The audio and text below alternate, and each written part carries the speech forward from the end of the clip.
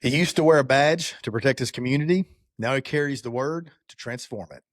Today on Called to Lead, Josh Lott shares lessons learned as he followed God from the patrol car to the pulpit.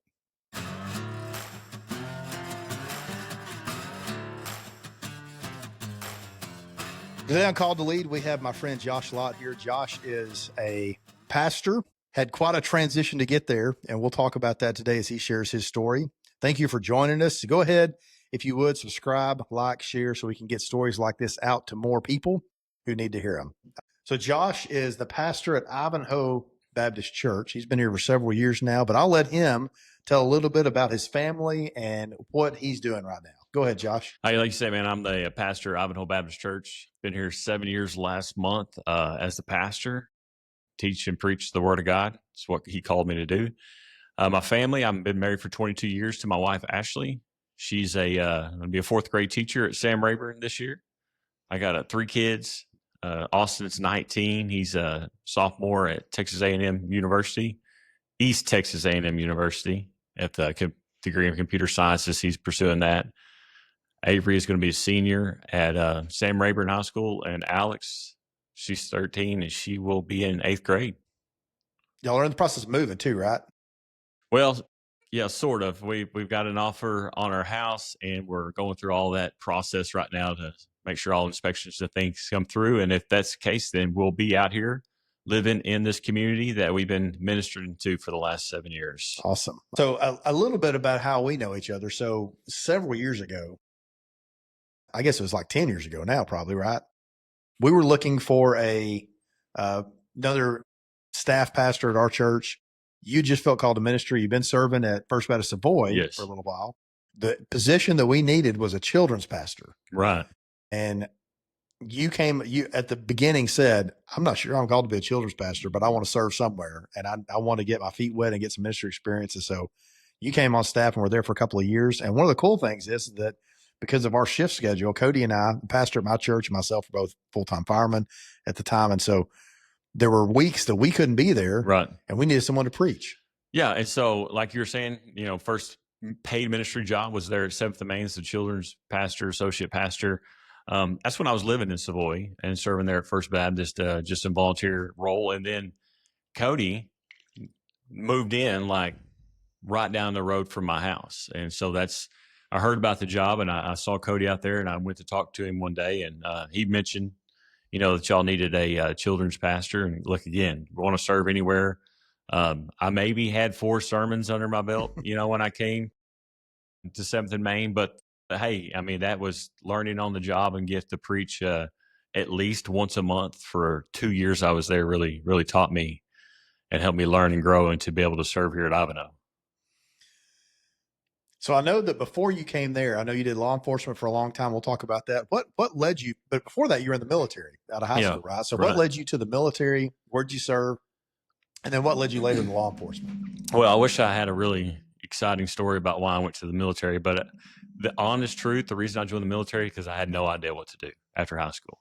I didn't have any idea what I wanted to do. I didn't have a career path laid out. At that time, the Texas Army National Guard was offering 100% tuition paid for anyone who joined the military that served with them. So I was like, hey, that sounds like a great idea. I mean, 1 week in a month, 2 weeks out of the year, and I get 100% of my college paid for. So I signed a 6-year commitment in June of 2001. And, you go to the recruiter, and he's like, yeah, he's peaceful time, we haven't been called up. No one from the Guard's been called up in several years. I mean, you can go to school, get everything taken care of, and then, go on with your life. And then we all know what happened in September 11th of 2001, which completely changed really any thought that I had about why I joined the military. I enrolled in college once, but I never completed a credit course. Mainly because God had different plans for me, but the military had new ideas for me as well. So, in 2003, I spent a year at Goodfellow Air Force Base, and we backfilled for the security forces in the Air Force that got sent over to Iraq when Bush declared war over there.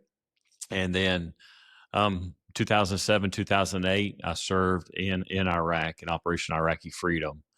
Spent some time in Romania back in 2005, relief efforts in Hurricane Katrina also in 2005. So here or there, didn't spend a whole lot of time at home. Spent most time, it seems like, on active duty in those actually 8 years that I served in the Guard.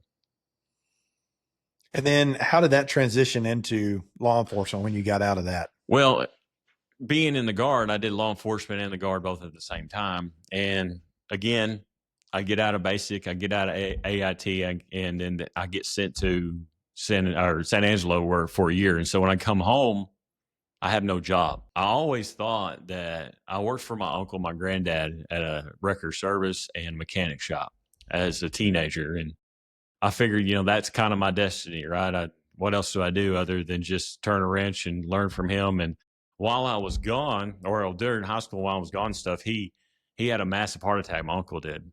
So eventually he just completely got out of the business. So I come home and the job I had is now gone and I have nothing to do. And so there was someone, my mom managed a convenience store, and there was a lady that came in there daily, and she was a nurse at the sheriff's office in Collin County. And she was like, Josh, he should just apply to work in the jail. Well, I didn't have really any other options. So I applied to work in the jail. And again, no great story about why I did it other than just I needed a job. I just got married and I was unemployed. I think that through now. It didn't seem like the smartest idea, but, God worked it out. And then 12 years later, I spent in law enforcement 12 years after that. So was that law enforcement time? Would you say that was hard on your family? Yeah. In the military too? Like, what was it like balancing all that? And it was very difficult for both. With the military, you didn't never know when I was going to be home, when I wasn't going to be home. With my first kid, Ashley got pregnant with Austin. I mean, I was gone most of that pregnancy. We're in transition, all the doctor's appointments and sonograms and stuff. I was never there. But then I was able to get home and be there for his birth. So when he was born. And then you got Avery, who came a couple of years later. I was there for all the pregnancy and all the going through. But then in November of 2007 is when I got sent over to Iraq. And she was born in February of 2008, and I was still deployed. So I didn't actually meet my daughter and my first daughter until she was 3 months old. So it's really odd to leave with one kid and come home with two kids. It was a weird transition. It was an odd transition. My wife, who had been in my house, and she's been living by herself basically. She's been making that single family, single parent thing, and so she done things differently. She moved things in the house. It was an odd transition to come back home and have an extra kid and not know where things are in your house that you've lived in for many, many years. So yeah, that was difficult. And then not knowing from one day to the next where you're going to go, where you're going to be. And then in the law enforcement, schedules you never know what it's going to be. And you know that, being in fire. And so I worked second shift, worked overnights. You work overnights, you're never in a good mood because you never get enough sleep. You work second shift, you're never at home. You're never there for any activities that happen. So it was different, and it was difficult on both of us. And she had to carry a big load definitely during that time. How would you say your relationship with God was during that whole time? Well, at the beginning, non-existent, because I didn't come to know the Lord until I was in my adult age. So around 30 years old is really when I surrendered my life to the Lord. So it was non-existent. He was not on my mind. He was not around. We didn't talk about him really in the home. It was all mainly about me. I was law enforcement at that time and trying to just chip away to get as much money as I could and status as I could and rank as I could. Because I felt like that's the the American dream, right? You just keep build, and do whatever you can to get to the top. And I can sit here today and tell you that I was not mature enough as a believer to be in that profession anymore. Just the influence this is around you and the sinfulness that goes on. I was not mature enough to stay in that profession. And I think that's really one reason that God removed me from that. So tell me a little bit real quick about how you came to know the Lord. You said you didn't become a believer till you were around 30, and you were chasing chasing the American dream, chasing status, chasing promotions. Right. Some of the time when you were chasing promotions and things didn't work out that way was some eye-opening things for you. But how did you come to know the Lord during all that time? So, I met my wife in youth group, and we were both going to youth at New Zion Baptist Church. She's 3 years younger than me, but we were going through the youth group, and so we were both in church. But once we graduated high school, as they say, we graduated the church. We went and did our own thing, and we really never stepped back into a church for 10 years. I was in the military. I was in law enforcement. She was in college and starting her career. So life got busy. We put God to the side. And the reality is we never had God with us anyway, but we just pushed him to the side. The hobby of God, we pushed to the side. 10 years, man. We got married. We had 3 kids. And one day she was like, we need to get our kids into church, because that's what we think as parents is that our kids need to go to church. We need to raise our kids in church, because we wasn't against church. We wasn't, the idea of church or anything like that. We just kind of stopped doing that. And so we talked about, I blew it off a couple of times, and she was like, well, I'm going to take the kids to church. She finally just said, I'm doing it. I'm going to take them to First Baptist Church Savoy, because that's where we lived. Another reason I didn't want to go there is because I had family there, and I didn't really want to go to church with my family if I was going to go to church anywhere. And so she said, I'm going to take them. And so she did. Well, I worked, again, crazy schedule. So I was working on Sundays. That's just regular day I had to work. So I was like, well, you can go, but I'm not going to be able to go with you. I mean, it's not going to work out. I can't take off every Sunday to go to church. So she did. And I remember this was the end of 2012, December 2012. And I took off a Sunday to go. I was like, you know what? I'm just going to go with her. I remember, as a kid being in church and mom and the kids always showing up, but dad's never there. And then mom having to make excuses for dad. And I was like, I don't want to be that. I don't want to be that dad and that husband. So I went with her and a couple of times, but this was not going to be a normal thing, obviously, because you can't take off every Sunday, like I said. And so one Sunday, this was February of 2013, and we're sitting in church, and the pastor is preaching on Ephesians. He's walking through the book of Ephesians, and he's in Ephesians 5. And he gets to verse 18, which says, do not be drunk with wine, which causes reckless action, but be filled with the Spirit. And honestly, I can't tell you anything about the message of the day. Point of the message was, I have no idea. But I remember going home that night and thinking, maybe I should stop drinking so much, because I'd had someone would say an alcohol problem. I could classify myself as an alcoholic, and not as bad as some cases, but it was a big part of my life. It was something that I tried to do as much as I possibly could. I would have drank more if it wasn't for a family and a wife that would look at you and judge because you had a beer, on a Wednesday night, and so I drank as much as I could. But I realized hearing that scripture that maybe I had a problem. And it was kind of the eye-opening experience there that I had a problem. And I told my wife that Sunday night, and I said, you know what, maybe I should stop drinking so much. And I didn't know in the moment, but that was the last time I ever had to drink alcohol, February 2013. So it's been over 12 years now. I've been sober, not a bit of alcohol. Well, then, I'm like, okay, all right. So I'm gonna start really figuring out this church stuff, really start paying attention. And don't be drunk with wine. Well, I got that now. But there's a second part of that verse that says, but be filled with the Spirit. Well, that was what I was lacking, and as I struggled, what we did, what good church people do, we go to church for a couple months there. You professing believers, absolutely. You've been baptized, sure have, let's walk the aisle, let's join the church and go on with our merry ways. Well, I started struggling in that moment about, do I really know the Lord? Was I really profess faith? Was that baptism? Was that just a dunk in of water? Was that really a sign of obedience? And what came back to me was, and what God showed me is that your 10 years that you were absent from church and all the sinfulness and the life that you lived and pursuing your own desires and doing all these things, were you ever convicted of that? And no, I was not. And with the Spirit causes conviction. And so without conviction, that shows me that I didn't have the Spirit.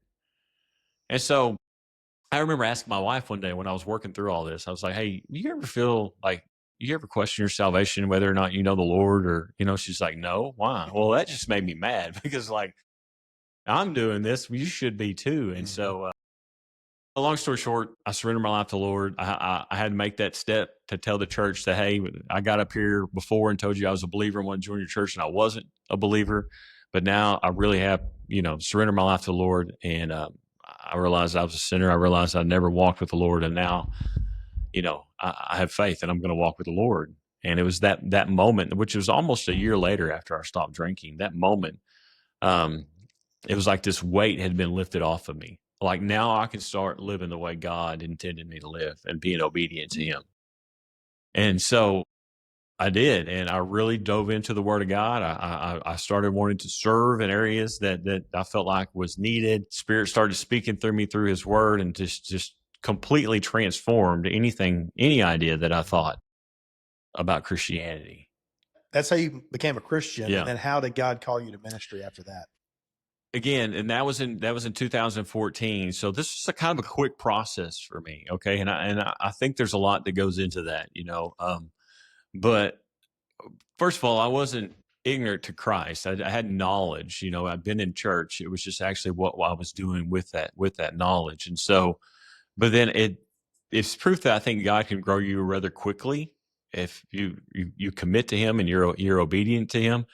And so February that year, as I acknowledged to the church, I wasn't a believer in it, but now I have surrendered my life to the Lord. And again, I'm working in law enforcement. Later on that year, it's about October 2014. Again, I'm sitting in church and listening to the message, and I have no idea. I couldn't even tell you what the message is about. I don't even know what scripture it was from or nothing. But my wife was volunteering in like the nursery that Sunday, so she's back there with little kids, and I'm sitting in the sanctuary. And I remember, well, not audibly, but just through the word and just through him being in there and hearing the message. And it goes back to your whole podcast called The Lead. It's like God was showing me this, like, you led in everything you've ever done. The military, you're a supervisor, you're sergeant overseas, a supply sergeant, in charge of $1 million worth of equipment. You led soldiers, you lead here, you sheriff's office, you're a sergeant. When I was a lieutenant, and before I got out of the sheriff's office. So everything you've ever done, you led. So why should my church be any different?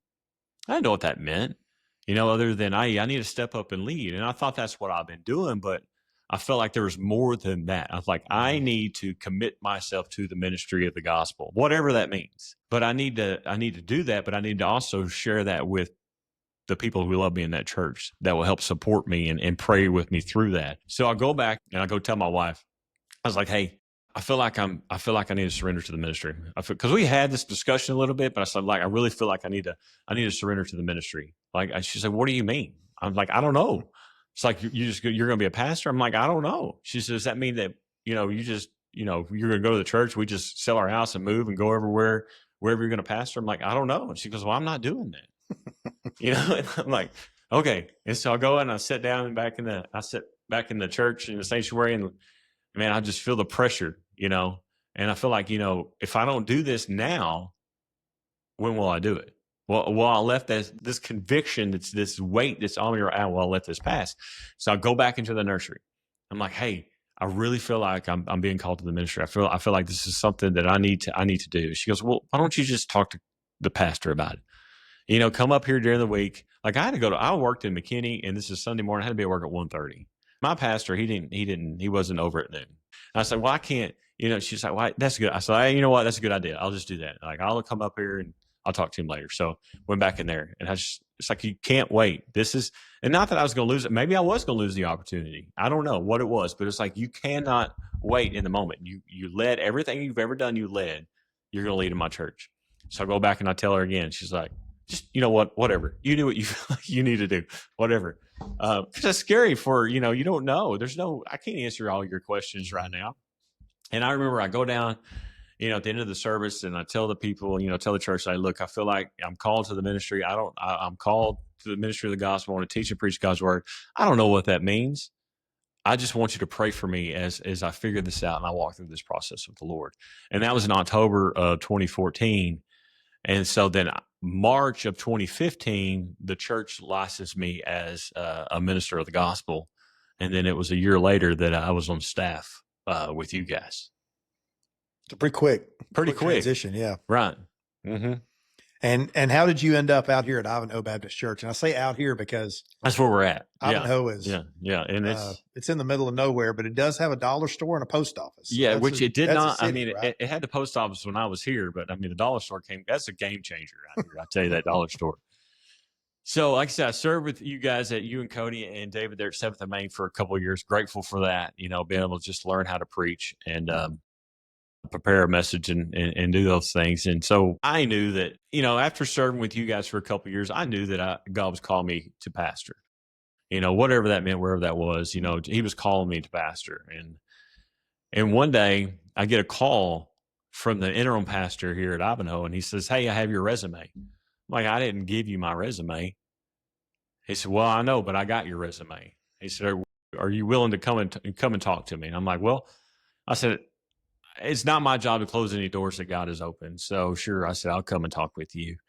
And I did, and we talked. We had a great conversation, and they told me, "Hey, you want to meet with our committee, or our pulpit committee, the search committee?" And like, yeah, I said, "Sure, I don't mind talking to him." I said, he said, "You can bring your wife, or you don't have to bring your wife." Well, I know what my best asset is in my ministry, and that would be my wife. So I brought her with me, and we had a great conversation with the search committee. They called us out here a little bit later to just meet the church and talk with them. And again, it's just like the process just worked. I mean, just walk through them completely, and we felt like this is where God had led us to start really our the pastor ministry. And so it was really, I mean, either place. I mean, I wasn't like putting resumes out and searching and things like that. It's like God was sending them to me. God sent Cody right down the road from me, and then somehow, I really don't even know how the guy got my resume still to this day, but it's kind of where it all happened here, how I got here. And you've been here for quite a while now. Yeah, 7 years. It's crazy. Church is doing well. Church is doing well. I mean, we're growing. We're consistent, in our numbers. We had like a little bit of a rehaul, relook. We had some people leave because a new pastor comes in. People do, and that's fine.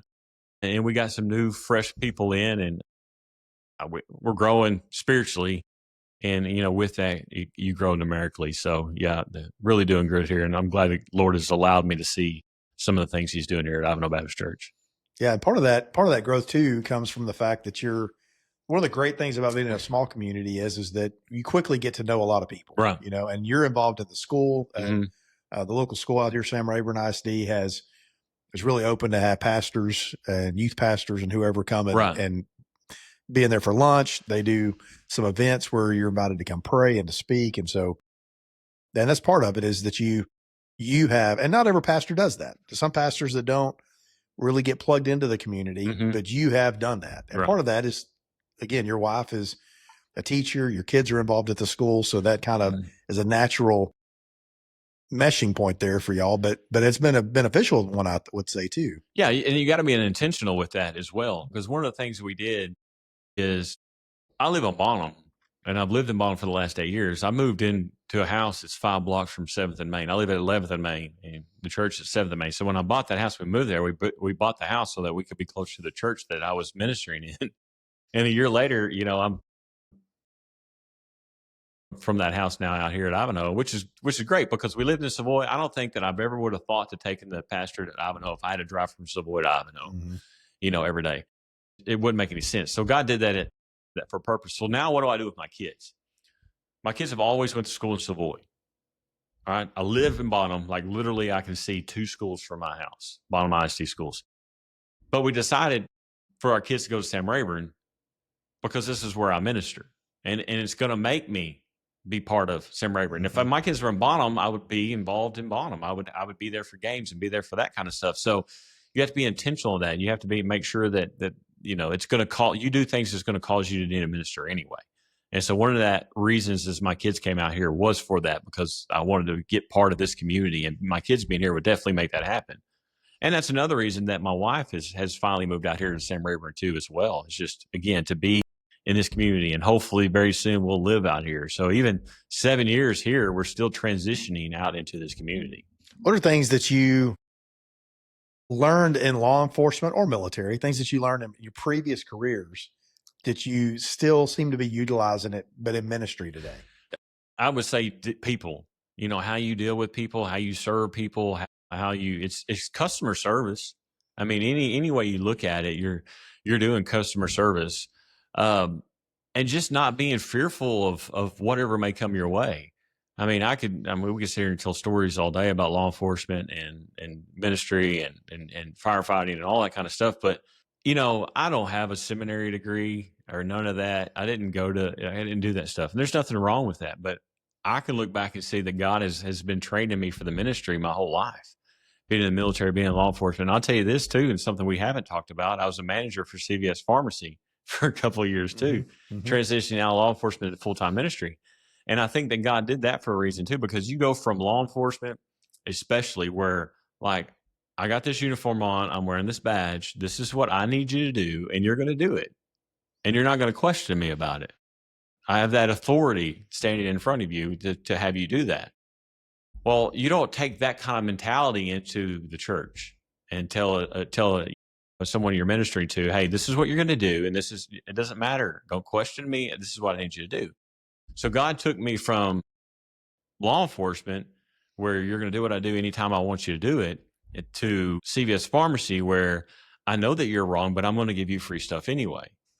And so you mesh those two types of customer service together, and you get what I think you have in a ministry here.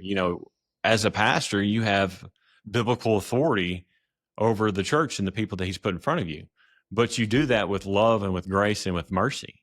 You don't do that with a strong arm. And so you have to mesh those together. And I feel like with the military and law enforcement, CVS to here, I mean, I'm taking all of that with me, and just mainly how to deal with people, how not let difficult situations really just rattle you, because you've been in chaos, you've been in that kind of stuff, and just having the life experience behind me and living in the world and being part of the world and dealing with people in stressful situations. You can take all that and bring it here to the ministry, to the church. So your previous careers were difficult on wife, difficult on kids. Yes. How would you say your career now as a full-time pastor, how does that affect them? Maybe the good and the bad, because some people look at, and your kids have turned out, I know they're still in the process of growing up, right? College, and two is still in school, but your kids are great kids. So a side note on that, man, I'm blessed. I mean, again, you never know what's going to happen down the road. My kids, they've been amazing. They've all made professions of faith. I've seen them grow in their faith. They teach. I mean, they lead. Austin is preaching in a couple of weeks for me. I mean, the scripture says that he believed in his entire household. I mean, I see that coming to truth in my life and my family. And I've had the opportunity to baptize all three of my kids. I mean, me and you baptized our sons on the same day. I remember that. So yes, just a side note. I mean, yes, my kids I've been very blessed with those kids. So the blessing is you get to see your kids grow, but there's some downsides in that as well. Like we're talking about military law enforcement, you carry the weight of what you went through for that day home with you, and what may be coming the next day. And of course, that's hard on you. It's hard on your family, because they see the stuff that you're carrying, and you may want to discuss it with your wife if you can, and whatever that may be. Ministry is that the same thing. You carry that weight, but a lot of times the things that happen in your ministry, that your family witnesses those things. They're sitting in those business meetings at times, or they're sitting in the service where that happened, or they hear someone say this or that or whatever it may be. The biggest thing is they witness what you have to go through at times. They know when someone's angry at their dad, or someone's angry at their husband, or they want your wife to do everything at times. And not so much here. I don't have that problem here, but that's just part of our being part of the ministry. And everything that happens in the church affects your family. You may be able to disguise that a lot, in law enforcement, or just hold that in, which is not healthy in itself. But with this, they know when something's wrong. They know when you got called and you have to go somewhere. What was he doing? Can you tell them? Can you not tell them what's going on? And if you can't tell them, then they're just going to speculate. They know when you have meetings at the church that are not scheduled. They see and they know all this stuff. They can see and they can feel and they can hear tension, with their issues. And that's the unfortunate part about the ministry, is that it could really, if you're in a bad situation with a bad church, it could really affect your family. And it could really affect your kids and their relationship with the Lord, or even wanting to be part of the church. So we've talked a lot about church. We've talked a lot about the military, about being a law enforcement officer. A couple of things real quick. Mm-hmm. What is your funniest or best cop story, or at least one of them? Give me a good cop story. So I one time, it's always funny, and it deals with how you deal with people and how they respect you, but also just dumb criminal at the same time. And so this is when I was in Savoy, and there's some apartment complex in Savoy, and there's a guy that lived over there, and I dealt with him all the time, talked to him all the time. I had a decent relationship with him, but he didn't have a license. And then he just kept driving, and he kept driving, and he kept driving. And I told him, I said, stop doing that. I'm going to have to do something about it. Stop driving, And I told him one day, I was like, hey, if I see you driving again, that's it. Do not drive. Okay, well, I was sitting in my office, and from my office, I could see the apartment complex. And he drives out of the apartment complex. See him driving. So I was like, man, I'm done with this dude. I'm gonna go find him. I'm gonna pull him over. He's going to do something. I'm going to give me probable cause to pull him over, And so I get behind him, and I'm following him, and I'm following him, and I'm following him. And finally he goes into bails, and finally he pulls over. He just pulls over on the side of the road. So I get out, and I walk up to his car, and I kid you not, this is exactly what he does. I didn't even say a word to him. He looks at me, and he says, I'm sorry, Josh. And he hands me a bag of meth. Like he was, it's like, and again, it's like he didn't try to run. He didn't try to hide. He didn't try to do nothing. It was just like, again, it goes with dealing with people. And I built that relationship with him, but also knowing that I messed up. And it I didn't know what to say. He just hands you, I don't have to search for it. Just, here you go. Here's your bag of meth. Please take me to jail. That makes it easy, though, right? I guess. I mean, kind of. It made it really easy. Yeah. I started to search the car, but I'm thinking, he could have said, hey, I know I'm not supposed to be driving. Can you just give me a ticket? I'll go home. We could, because I've been really cool with him. But I guess he just knew he was going to jail, and so I might as well hand it over. You don't get very many of those. Yeah, that's true. Okay, good cop story. What's a good church story? Do you have a funny church story? So I want to tell you a couple of them. One at 7th and Main. It's not funny. It's funny now. It wasn't funny then. And most of those stories they're not funny in the moment, but funny later. So, and it's really taught me, it was an experience that I've never experienced before, never have again, but I can laugh about it now. And I don't remember if you were there that Sunday or not. And you probably wasn't, because you usually wasn't there when I was preaching, but right in the middle of the seats, middle back, towards the middle. And I see some commotion going on, because that's normal. You see people talking, people moving, people having sides. We see everything up there. People don't think, I guess we do, but we do. And I could tell that there was a little bit of an issue, but nobody said anything. Nobody did anything. They're just talking. And then halfway through the sermon, the back door's open, and here come paramedics with the stretcher.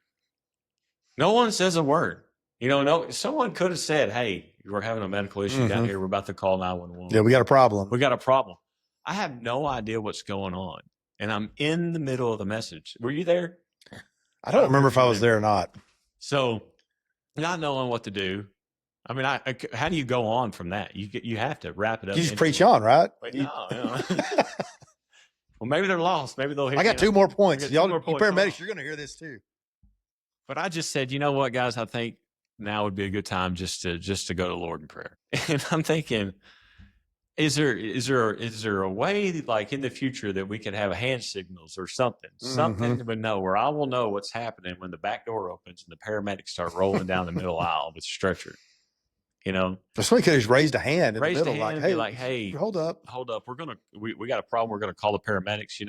That's something that you can interrupt. I mean, we don't like people interrupting our messages but that would be okay. Yeah, life and death emergencies or something. We're okay with a hand raise on that. Yeah. We've had that happen several times. We had a couple months ago. We had an incident. It was at the end of the service, but yeah, That stuff just happens. You get that many people together, somebody's going to have something over the course of time. Somebody's going to have an emergency or something. So yeah, and here it's a little different, and I hadn't had that here, but I do recall a time where I'm standing at the front, and from here at this church, I can see the door. I can see if someone opens the door, but somebody kept walking in front of the door, like during the sermon, like a shadow. Ex-cop, man. You know how distracted I was. I finally just said, "Hey, can you go check and see what's going on outside? Somebody keeps walking in front of the door." But funny story here, and this has got to top anything that I've ever dealt with in the ministry, and it was just. I'm sitting in my office one day, and I have camera where I can see, because I can't see out a window and see people pull in. So I got a camera up where I can see somebody pulls in, somebody's walking in the door. And I look up and I see this lady putting a box on the porch of the church. And so I look and I'm like, what is she doing? And then I see her turn around. She's running back to her car. Well, I get up, I go to the door, and she's taking off out of the driveway.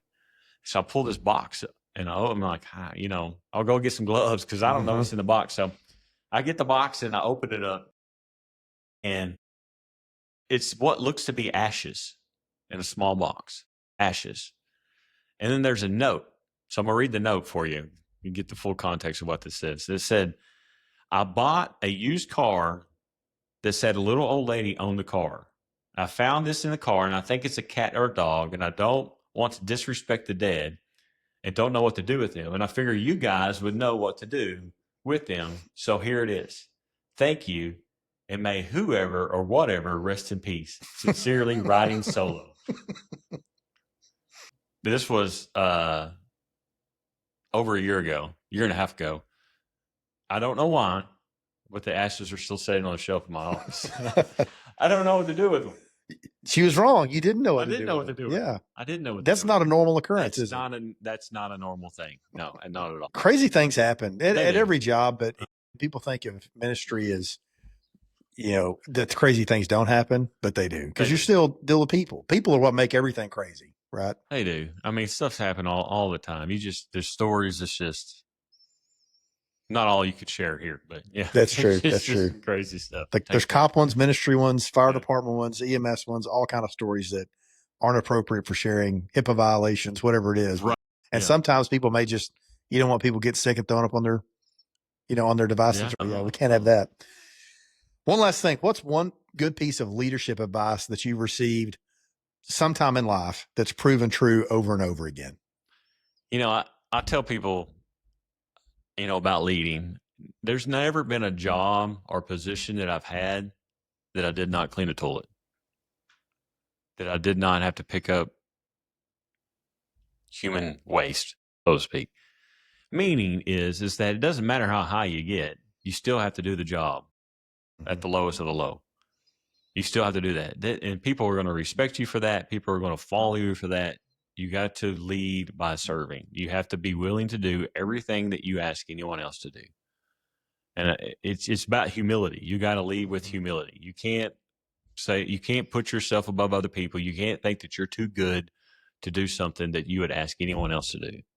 I mean, military, law enforcement, CVS, here, it's all the same. It's all the same. People will respect and follow you for that. We talked about last episode how Jesus gave us the perfect example of servant leadership. And when he washed feet, when he said the Son of Man didn't come to be served, but to serve and to give his life as a ransom for many.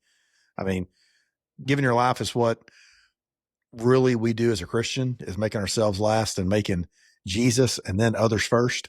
And we got to do that in our daily life too. But like you said, people will respect us as leaders when we do that. If we're not willing to do the things we ask them to do, they don't respect us. Right. So we got to be able to do those things. Josh, brother, it's been a privilege to have you. So thank you for watching and listening today. We'll be back soon with more stories to encourage you how to effectively lead in your career, your church, your community, your family. Please subscribe, like, and share so that you can get notified when we release new episodes, so that these stories can reach the people that need to hear them. We'll see you next time on Called to Lead.